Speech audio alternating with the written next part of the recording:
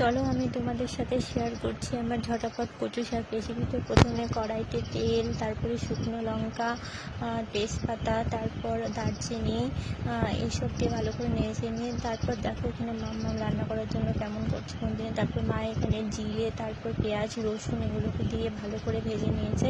তারপর কচু শাকটা দিয়ে কিছুক্ষণ নেড়ে চেড়ে নিয়ে তারপর ঢাকা দিয়ে রেখেছে সেদ্ধ করার জন্য। তারপর দেখো এখানে সেদ্ধ হয়ে গেছে। সেদ্ধ হওয়ার পর ভালো করে নেড়ে চেড়ে নিয়ে তারপর আবার একটু ঢাকা দিয়ে দিতে হবে। আর দেখো আমাদের বাড়িতে কত সুন্দর ফুল ফুটেছে। মামকে দেখো এখানে কি দুষ্টুমি করছে, ঘরে এসে সুইচগুলো টেপাটেপি করছে। আর এখানে ঢাকা দেওয়ার পর খোলার পর এই যে দেখো কচু শাক থেকে জল বেরোতে শুরু করেছে। আর তারপর দেখো ভালো করে কষিয়ে নিয়ে তারপর ঝটাপট কচু শাক রেডি। এখানে আমরা এখন খাওয়ার জন্য রেডি হতে পারবো। তারপর দেখো এখানে আমরা ভাত নিয়েছি, কচু শাক, তারপর করলা আলুর তরকারি দিয়ে খেতে বসে গেছি। আর কচু শাকটা খাওয়ার পর এত ভালো হয়েছে খেতে, খুব সুন্দর খেতে হয়েছে, স্বাদে গন্ধে অপূর্ব একেবারে।